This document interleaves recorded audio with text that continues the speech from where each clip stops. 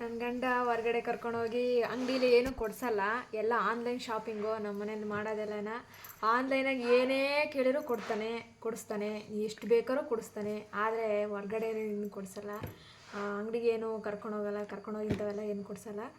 ಇವತ್ತು ಒಂದು ಸೆಪ್ಟೋ ಅಂತ ಒಂದು ಆ್ಯಪಲ್ಲಿ ಎಲ್ಲ ಶಾಪಿಂಗ್ ಮಾಡಿದ್ವಿ.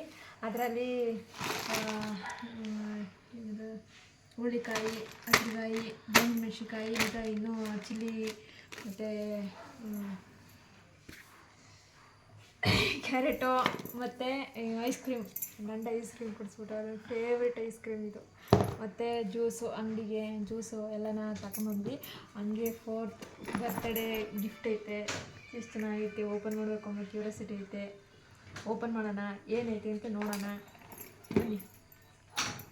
ಹಂಗೆ ಚಾರ್ಜರ್ ಅದನ್ನು ಕೊಟ್ಟವ್ರೆ ಫ್ರೀ ಗಿಫ್ಟು. ಸರಿ, ಓಪನ್ ಮಾಡೋಣ. ಏನಿರ್ಬೋದು ಗೊತ್ತಿಲ್ಲ, ನೀನು ನೋಡ್ದಂಗೆ ಏನಿರ್ಬೋದು ಗೊತ್ತಿಲ್ಲ, ನೋಡಬೇಕು ಅಂತ ಆಸೆ. ನಾನು ಹೇಳ, ಯಾವುದೋ ಒಂದು ಬಿಂಗೋ ಪ್ಯಾಕೆಟ್ ಇರುತ್ತೆ. ಬೇಡ ಬಿಡು, ತೆಗಿ.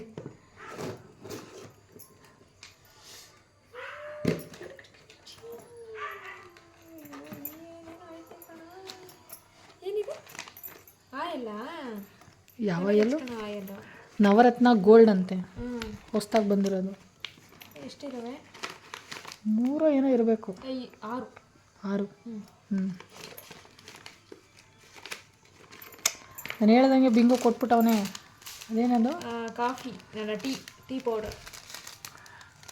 ಹಾಂ, ಓಕೆ, ಟೀ ಪೌಡ್ರ್. ಓಕೆ, ಇದು ಜೆಪ್ಟೋ ಬರ್ತ್ಡೇ ಗಿಫ್ಟು. ತುಂಬ ಕೊಟ್ಟವನು. ಇದೇನಿದು? ಜ್ಯೂಸಾ? ಯಾವುದೋ ಹೊಸ ಜ್ಯೂಸ್ ಇರಬೇಕು. ಏನೋ ಲಸ್ಸಿ ಅಂತ ಬರ್ದವನಲ್ಲ, ಏನದು ಜ್ಯೂಸೇ. ಒಟ್ಟಿನಲ್ಲಿ ಯಾವ ಜ್ಯೂಸ್ ಅಂತ ಗೊತ್ತಾಗ್ತಿಲ್ಲ ಅಲ್ಲ. ಕುರ್ಕುರೆ ಕೊಟ್ಟ ದಿನ ತಿಂತೀವಿ. ಕುರ್ಕುರೆ ಪ್ಯಾಕೆಟ್ ಕೊಟ್ಟಾನೆ. ಏನು ಸ್ಪೆಷಲ್ ಆಗೈತೆ ಅಂದ್ರೆ ಟೊಮೆಟೊ ಕೆಚಪ್, ಜಾಮ್ ಕೊಟ್ಟವನೆ. ಒಂದೇ ಒಂದು ಕಾಫಿ ಪೌಡ್ರ್ ಕೊಟ್ಟವನೆ.